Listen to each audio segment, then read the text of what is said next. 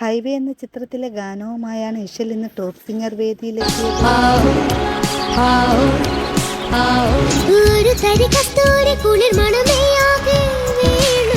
നന്നായിട്ട് പാടി.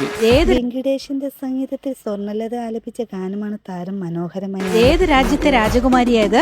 വള്ളികുന്നത്തെ രാജ്യം. എനിക്കൊന്ന് കൊല്ലക്ക് പോകണം എന്നൊക്കെ വലിയ ആഗ്രഹം ഉണ്ടായിരുന്നു. പുണ്ണി എന്ന ചിത്രത്തിൽ KJ യേശുദാസ് ആലപിച്ച ഗാനവുമായാണ് അശ്വിൻ ഇന്ന് ടോപ്പ് സിംഗർ.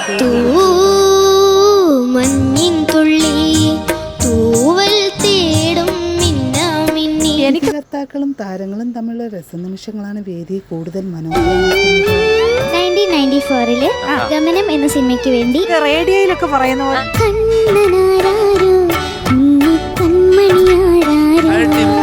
സിംഗറായിട്ട് വരും. ടോപ്പ് സിംഗർ വേദിയിലെ മനോഹര ഗാനങ്ങളും മനോഹര നിമിഷങ്ങളും കാണാൻ